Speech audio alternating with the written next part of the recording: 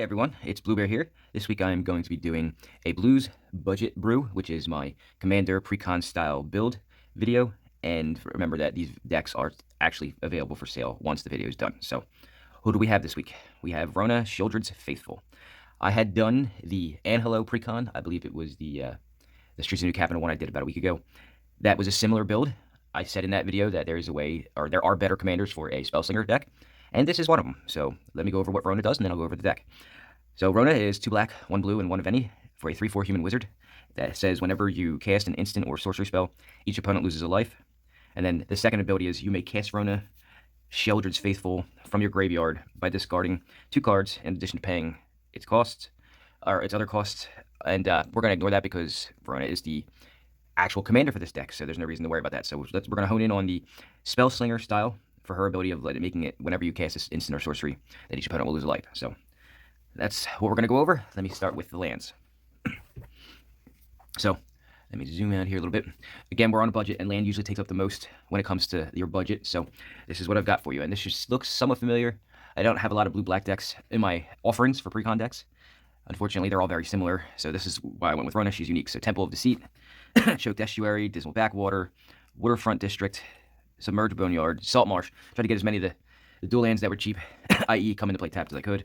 The Guildgate, the Mere Guildgate, Thriving Isle, Thriving Moor, Exotic Orchard, because these 2 colors are actually very popular, so you might get a lot of hits out of that. Ash Barrens for a little bit of land cycling. You know, it's not really ramp, I understand that, but it'll at least get a land out of your deck. Same thing with Obscure Storefront. It goes and gets 1 of 3 land types. This one has plains, islands, and swamps. You're going to ignore the plains. And Maestro's Theater, same thing, only you're going to ignore it is the mountain on this one. So it comes into play. It sacrifices itself, and then you go search your library for 1 of the 3 types of lands. It's a basic land that you have to go get. It'll help thin your deck a little. Same thing with Evolving Wilds, mana fixing, I guess. And then the rest is islands and swamps. And like I say in every video, if you want to know the exact amount, I will have the link to the actual deck list in the video's description. All right. So black and blue has really, really horrible ramp. So I did what I could. And I have to do it on a budget, because it's a $40 budget for the total of the deck, and that includes a lot of other things as well. So I went with what I could do that was a little different this time. So I wanted to thin the deck out of lands. So I'm going to do Ominous Parcel. I don't really know how effective the second ability here is when it comes to what you're going to do. It may be absolutely a banger, who knows. It's only in here so you can go search for a land and get it out of your deck and put it in your hand. Same thing with Traveler's Amulet and Renegade Map. They all go search for a land and put it in your hand. Moon Silver Key does it too. If only one of these could just put it in play. And then I actually went with 1 actual rock, which is Spell Satchel because of what it does. So it's 2 to cast, and then it's got Magecraft, which means whenever you cast an instant or sorcery, this one says put a book counter on it, and then you can tap it and remove a book counter to add 1 colorless, or you can pay 3, tap it to remove 3 time book counters from it to draw cards. So I like this because it was card draw when you need it. It was technically ramp when you need it. It's not the greatest rock, but for this deck, it's actually not that bad. Our creature section is very light, and the reason for that is we're trying to cast as many spells, so that leaves a weakness. The weakness here is going to be that you don't have a lot to block if somebody's doing like a token deck or they're flooding the board with creatures. So that I'll fix in the upgrade section. So I start with Augur of Bolus. It goes and it helps you look at the top 3 cards of your library and pull out an instant or sorcery card from it. So that was a pretty cool one. Murmuring Mystic is kind of to help you amount a defense, possibly even an offense if needed. I mean, Talrand style stuff here. So whenever you cast an instant or sorcery, you create a 1/1 flyer, almost like Talrand. And Talrand is not in here because I don't like to take the commanders that I actually use and put them in other decks most of the time. That would be an upgrade for later. Whispering Wizard. Same thing, it puts a 1/1 flyer into play. The only difference between these 2, other than, I guess it's a 1/2 versus a 3/2, is that this can only happen once each turn, and this can happen anytime. But remember, we're in Commander, so redundancy is key, and they don't have another Murmuring Mystic out there. Morbid Opportunist, so you can take advantage of when other creatures die, and this deck is Spellslinger and will have a lot of creature removal because you don't have any. So when a creature dies, you can draw a card, so that's good to fill your hand, giving you fuel. And the last creature here was Mage Hunter. And the reason why this is in here is actually because there's another card that I'm going to show you later that it's not really a combo, it's synergy, but it's really good synergy. So Mage Hunter is a 3/4 that whenever an opponent casts or copies an instant or sorcery, they lose a life. So you're casting them, they're losing a life. They're casting them, they're losing a life. So there's one more part to that synergistically that I'll show you later. The meat and potatoes of the deck, though, is instants and sorceries. Almost all the cards in here, minus the lands and a couple of the rocks and, a couple utility spells are going to be spells. They're going to be done in 3 sections, all right? First section I'm going to show you will be the card draw because you need fuel to keep casting instants and sorceries. The second section will be counter magic because you need some kind of removal or stoppage of other people from doing stuff. And then removal, the removal section is actually quite large, and the reason for that is you don't have much protection. That is your protection. And the best part is the synergy here is that the protection that you're going to be providing yourself, which is in the form of instants and sorceries, it will be using Rona's ability to your advantage. So let's start with Opt. cantrips, obviously. There's not a lot of cantrips in here. So what you want to do is be able to fill your hand with more than one card. So I only have a couple of ones that don't. Scour all possibilities. The scry 2, the draw a card, then flashback, so you can get multiple uses out of it. And that's multiple casts, triggering Rona's ability. Deliberate, same thing as Scour of possibilities, except for one's an instant, one's a sorcery, the other one has flashback. Impulse, I'm glad they started reprinting this. This is one of the better cards for a Spellslinger style deck, or it's actually one of the better card draws. Technically, it's not really a card draw, but way to get cards in your hand for blue. So you look at 4 cards from the top of your library, put one in your hand, and the rest on the bottom of your library in any order. It's helpful. It goes and gets you what you need. It digs for it. Same with the Shimmer of Possibility. It does the same thing. Only one, I believe, is an instant, one's a sorcery, and that's the only difference between the two. Think twice, because you can draw a card, then flash it back to draw it again. So that, again, gives you multiple castings so that you can trigger Rona's ability more than once. Radical Idea. Jumpstart is kind of like flashback. It's a little different, but it lets you draw a card. I like the multiple. Being able to cast things multiple times really helps. Anticipate. Look at the top 3 cards. Put one in your hand, so it's kind of like Impulse, but it's 3 cards instead of 4. Pieces of the puzzle. You can go ahead and reveal 5 cards from the top of your library and reveal 2 instants or sorceries from among them. Put them in your hand. So multiple things can go in your hand there. So filling up your hand, adding fuel. Fact or Fiction. Just good. It's just a good card all around. It's one of the better cards printed for blue in, I believe it was the Urza Saga era. Was it Invasion? I don't remember. Contact other plane.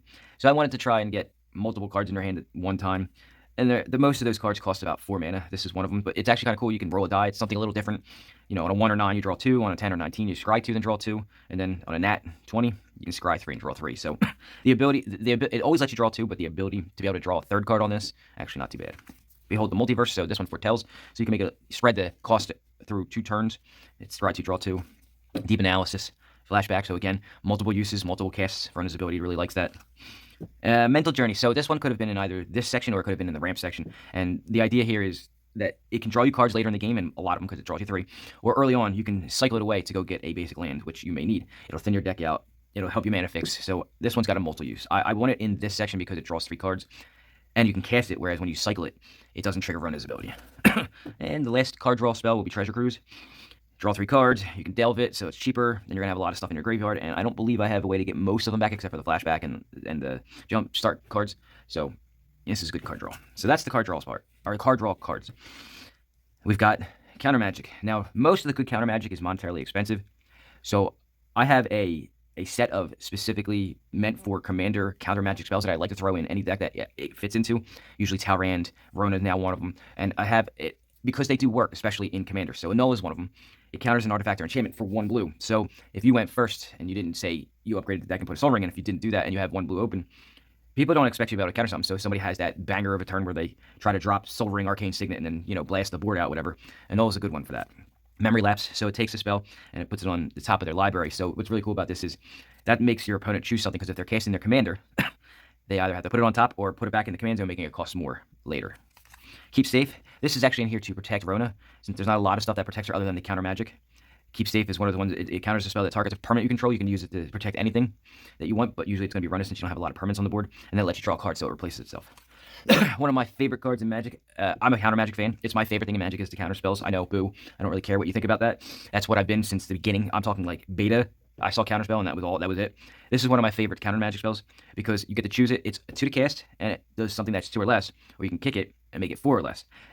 That's a lot of spells in this game that actually this can counter. So don't overlook Prohibit. As in Scatter is good for obviously creatures, but good for stopping commanders. Negate for game enders. You save that in your hand for when somebody's going to try to go off, as long as it's a spell-based one, non-creature one. Disdainful Stroke, because it has to be a converted mana cost of 4 or greater. So if their commander is 3, their commander attack doesn't count for that. But a lot of people use commanders that are 4 or greater, so good stuff there. Or it stops big X spells like Torment of Hellfire, because most of them are going to use more than 4, so it's good for that. Liquefy. I actually just found this in my collection of cards. It was hidden away in some of the bulk, and I like the way that this one is worded. So you can counter any spell with converted mana cost 3 or less, and if it gets exiled if it's countered. The reason why I like this is because a lot of spells are 3 or under. It's like Prohibit. It has 1 less mana value that it can counter, but it still hits a lot of cards in Magic. And this can hit both creatures and non-creatures. Deny the Divine. Same thing as Liquefy, sort of. It just counters a creature and enchantment spell. No, and it exiles it. That's what I meant by it's kind of similar where it exiles it. It's kind of like Dissipate. I didn't add Dissipate because of the 2 blue. But it counters a creature and enchantment spell, and then it exiles it. And there are a lot of enchantments and a lot of creatures that it could be used for. And the last counter magic spell will be Wizard's Retort. I think every creature in this deck -1 is a wizard, and that includes your commander. So it's going to cost 2 blue. So counter target spell, and it costs 1 less if you control a wizard. Pretty simple. All right.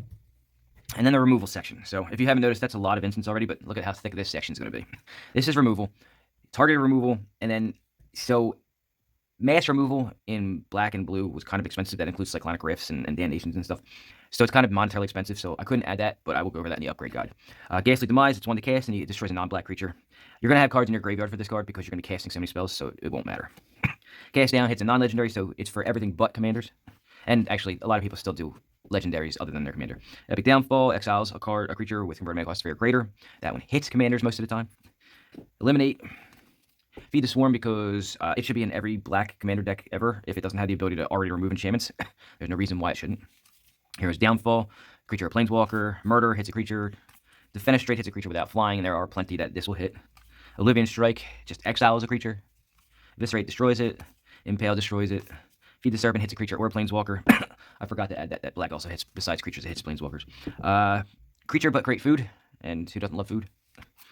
Mage Hunter's Onslaught. I mean, if you have Mage Hunter, you gotta have the Onslaught, right?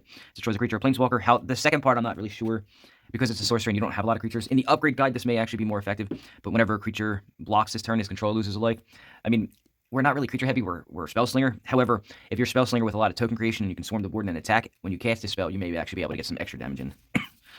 Drown in Sorrow. So, as far as sweepers or board wipes go, the options here are monetarily expensive, or you have to go with things that give minus to their attack and defense. So I went with that because it monetarily, it fits in the budget, and it actually can hit a lot of creatures, a lot more than people think.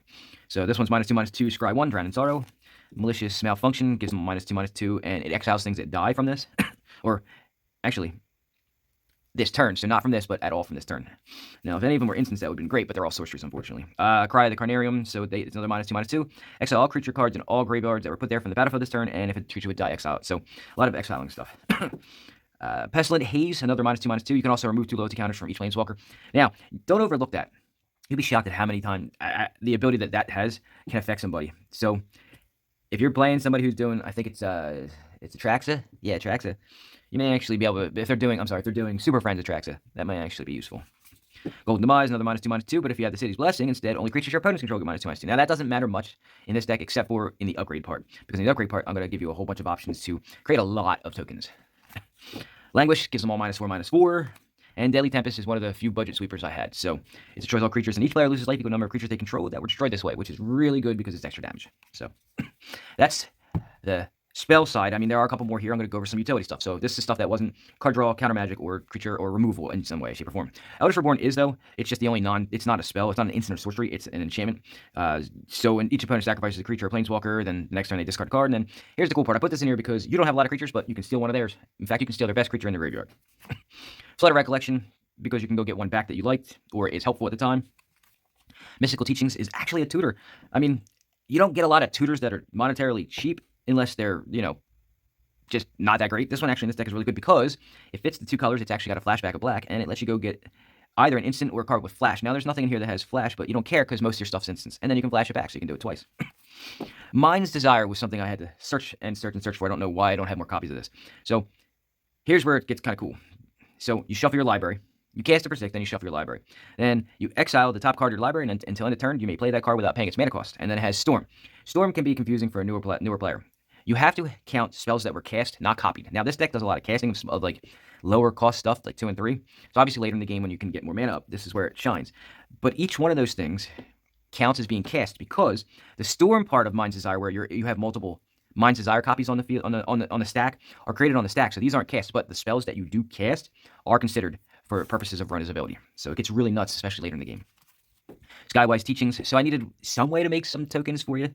So it's an enchantment that lets you, whenever you cast a non-creature spell, which there's only 5 creatures in here, so almost everything's a non-creature, you can pay 2, and if you do, create a 2/2 flyer. So helps defend you, and if for some reason it works out that way, somebody wipes the board and you cast a lot of creatures, you can swarm the board. The other half of the Mage Hunter's synergy, not really combo, was Eye of the Storm. So it's 7 to cast, and I have to explain this to you a little bit. Whenever a player plays an instant or sorcery spell or card, so that's important. The word card here is important because it kind of screwed up something I thought was going to work and it didn't. So whenever a player plays an instant or sorcery card, you exile it from the game, and then that player copies each instant or sorcery card that was exiled from the game with Eye of the Storm, and then for each copy, the player may play the copy without paying its mana cost. So this is on the board, you have 4 players, and you have, say, 3 different spells that were cast that were instances or sorceries.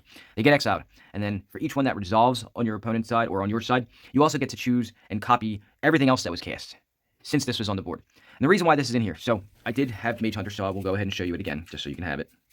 And this is going to take me a second, so I'll speed this up. So with Mage Hunter, it says whenever an opponent casts or copies an instant or sorcery spell, they lose a life. So this is in here to either prevent your opponent from doing the copying or make him pay for doing it, one of the two.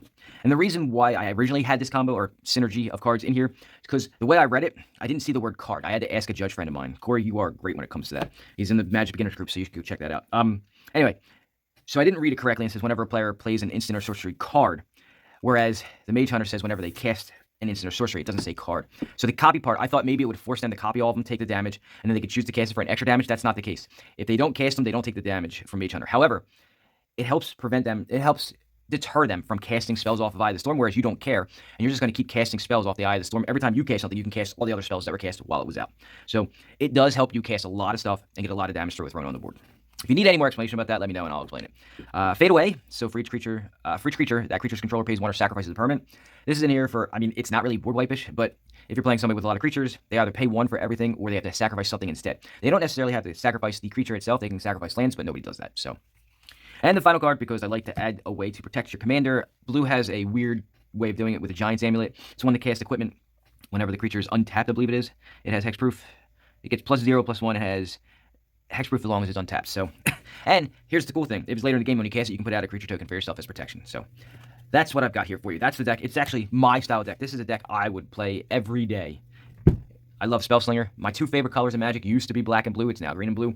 But black and blue was absolutely my favorite from the beginning. So, and it does some cool stuff. I like this style of deck a lot, and I think you will too.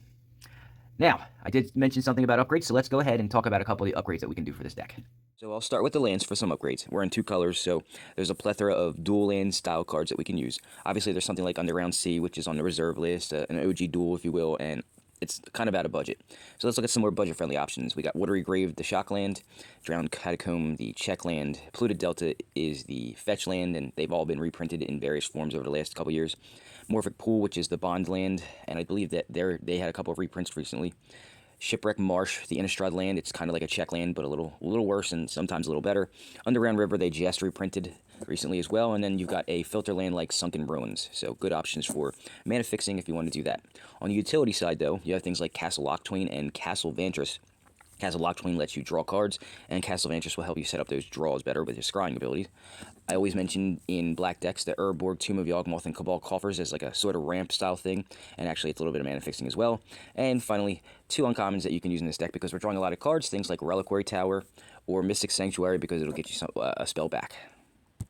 As far as ramp goes for a black, blue, or Dimir style deck, we're kind of lacking in ramp options, so obviously we have to turn to Mana Rocks. I don't include these in the precons I make just because I don't have enough of them, but you can add things like a Soul Ring and an Arcane Signet. For this deck, because of the card draw that you're going to be doing, you might want to add something like Thought Vessel or Decanter of Endless Water, so it makes it so you don't have a maximum hand size. And if you want to spend a little bit of money, you can go into the things like Mana Crypt or Jeweled Lotus will help this deck as well. As far as creature upgrades for this deck, if any of you saw the upgrade guide I did for the Meister's Massacre precon, some of this should be very similar or familiar to you just because they are what I would suggest. You have cost reduction for your spells like Wizards of Thay, Barrow, and Naughty Djinn. You've got token creation to help protect you a little bit and maybe even possibly have a swarming board where you can actually win through combat damage. So you can use Dika, Dawson of Perfection, Poppet Stitcher, and even Sedgemoor Witch. There's one card draw guy I would use. It's Archmage Emeritus. Spell copy stuff. You got Jin Cataxis, Progress Tyrant, Gale Waterdeep Prodigy, Elite Arcanist, God Eternal Kefnet, and Wandering Archaic are all good options here. Some utility stuff. Lyre, Disciple of the Drowned. He makes all of your spells uncounterable, and all spells in your graveyard gain flashback, so you can use all of your spells more than once. Hullbreaker Horror is a good option here. Sheoldred the Apocalypse, obviously it's actually one of the newer cards that has gained a lot of popularity. And the last one I'll mention here is Spellseeker. It lets you go tutor for an instant or sorcery that costs 2 or less, so really good options there all around. Some spells that you can upgrade this deck with. You have board wipes, so obviously like Damnation. There's Crux of Fate. And then Blood in the Snow, if you change all of your basics out to snow covered, it should actually work very well here. You've got cantrip style cards. I didn't put a lot of them in here, but you can do that. So things like Brainstorm and Consider, maybe even Whispers of the Muse because it has buyback, so you can repeatedly use it. X draw spells, I like to use them in decks like this to refill your hand. So like Stroke of Genius or Blue Sun Zenith, even the Commander's Insight is a good option there. Tutors, because we're in black, and actually the tutors for black are the best, but some of the blue ones are pretty good too. So I'll mention Demonic Tutor and Vampiric Tutor and Grim Tutor, but things like Solve the Equation will help this actually for the deck more as well. And since we're in blue, obviously counter magic. So you want to, on this deck, I will suggest the actual free ones. So things like Fierce Guardianship, Force of Will, Force of Negation, and even things like Mana Drain, not free, but you know that 2 mana cost is actually pretty good for that. And speaking of free spells, the last one I'm going to mention, I didn't give any upgrades for target removal, but probably one of the best ones for this deck because it can be cast for free is Deadly Brolic. I know that this deck is a Spellslinger style deck, and permanents are not as plentiful in this one because it's all about the spells, but you do need some enchantments in your deck to protect you. So to protect you, I've got things like Koskin Falls. It's on the reserve list, I believe, unfortunately, but it's not that expensive. Propaganda is another one that helps prevent, both of them help prevent people from attacking you. You have cost reduction. You always need cost reduction, so Arcane Melee is a good one. Font of Magic and Jace's Sanctum are good ones as well. Token Creation, again, for protection, it creates those blockers for you, but also creates an alternate win con if you can get enough little guys on the board and swarm it. You got things like Shark Typhoon, also known as Sharknado, and Metallurgic Summonings are great for that. Some card draw, and I know we're in blue, and blue is the best in card draw, but as far as enchantments go, one of the best is the black one, Necropotence. There's also the Rhystic Study and Mystic Remora, which were just reprinted recently as well. Those are good options for card draw enchantments.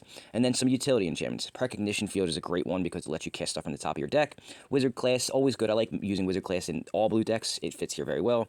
Leyline of Anticipation will help make your things be castable at any time because it gives them all flash. And a new one that I'm going to mention here, Fairy Tauntings, because it deals damage when you cast spells during an opponent's turn. Since we already want to be casting spells during an opponent's turn anyway, why not get some extra damage between the two of Rona and Fairy Tauntings?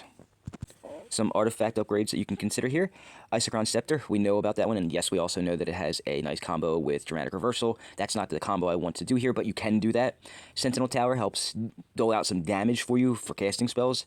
Primal Amulet, which also turns into Primal Wellspring. It's cost reduction, and when it flips, it turns into Spell Copy. Admiral's Disc is good protection. It'll help wipe the board. Same thing with Karn's Silex. And then card draw, you're going to have something like the Magic Mirror. It can help put a lot of cards in your hand. As far as the Planeswalker upgrades go for this deck, there are some really good ones here. Professor Onyx will actually be a win con for you if you have it out and you can cast enough spells. Her Magecraft ability is really good for draining your opponents and giving you some life, so that's good protection there too. Narset Parter Veils, it prevents opponents from drawing extra cards, and Resource Denial is a good thing in this game. Same thing with Ashiok Dream Render, prevent your opponents from being able to tutor so they can't go find answers for the stuff that you're doing. And then the last one I'll mention here is a really good one. It's Symmetry Dragon Master. It's a newer one. It can actually help prevent people from being able to attack you, and then also, its ultimate can help destroy all non-dragons on the board, so if you're not facing dragon decks all that often, that's a great one for a good board wipe. And finally, we come to the final section with win cons / combos. For this deck, the one I suggest is Aetherflux Reservoir, Bolas' Citadel, and Sensei's Divining Top. I like this combo a lot because it can give you infinite spell casting, which in turn can also give you infinite life and infinite damage. And I'll give you a small overview of how this works. So you have Reservoir and Bolas' Citadel on the field. You can either cast Sensei's Divining Top or also have it on the field.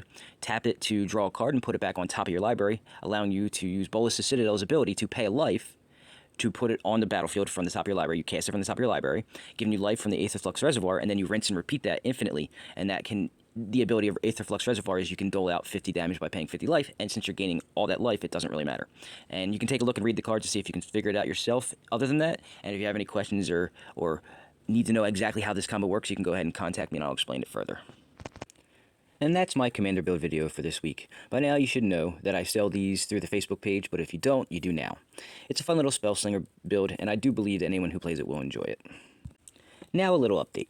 Starting next week, I will be doing the Commander Precon unboxings and upgrade guides for the Wizards of the Coast official Precons on Thursdays and Fridays until I am caught up. The addition of the 2 extra videos per week ended up putting me further behind than I thought it would, so unfortunately this change has to be made. If I do catch up in the future with the custom builds and my own Precon offerings, that may actually change in the future, but for now it's going to be that way. Other than that, thanks for watching, and if you have any comments, questions, or concerns, or just want to talk about the deck or any of the other decks and videos that I create, you can go ahead and contact me at bluebearsgames.online on Facebook. You can email me at bluebearsgames@gmail.com, and I'll get back to you when I have an opportunity. Or you can leave a comment in the section below, and I'll get back to you in that way. And then if you want to talk further after that, you can go ahead and contact me one of the other 2 ways. On top of that, if you're looking to help support the channel, there are a couple ways you can do so. The first way is actually just out of generosity. You can go ahead and do some donations to me. And the way you can do that is through PayPal at paypal.me/BlueBearsGames, at Venmo at BlueBearsGames, or through Cash App at $BlueBearsGames. The second way that you could help support the channel, this one actually gets you something for your money. You can go ahead and take a look at all the decks that I've made, and you can make a purchase of 1 or 2 or maybe even 5. I have 60-card decks available for sale, and I also have commander decks available for sale. So if you're looking at them, you can go ahead and take a look at any of my stuff on the Facebook page or through the Facebook Marketplace. They're all available there. You can see the logo that you need to look for, and all those are available for purchase. You can contact me at any time, and we'll go ahead and talk about how you can acquire one of those. And the last option is the freest of the 3 options. You can do me the favor of subscribing to the channel if you haven't done so already. That way, when I get to my 1,000 subscribers and 4,000 watch hours, somebody else will be paying for the bill. You can also like the video. Apparently, the analytics show that the more people who like your video, the more viewed it gets. So that would help me as well. Or you can share it out on your social medias, whatever one you have, and other people will eventually start subscribing and watching more videos. So all 3 options are great and will help support the channel. That is my time for the week. I want to thank you for watching. Please join me again next week for another deck build video, and I will see you all then. Have a good week.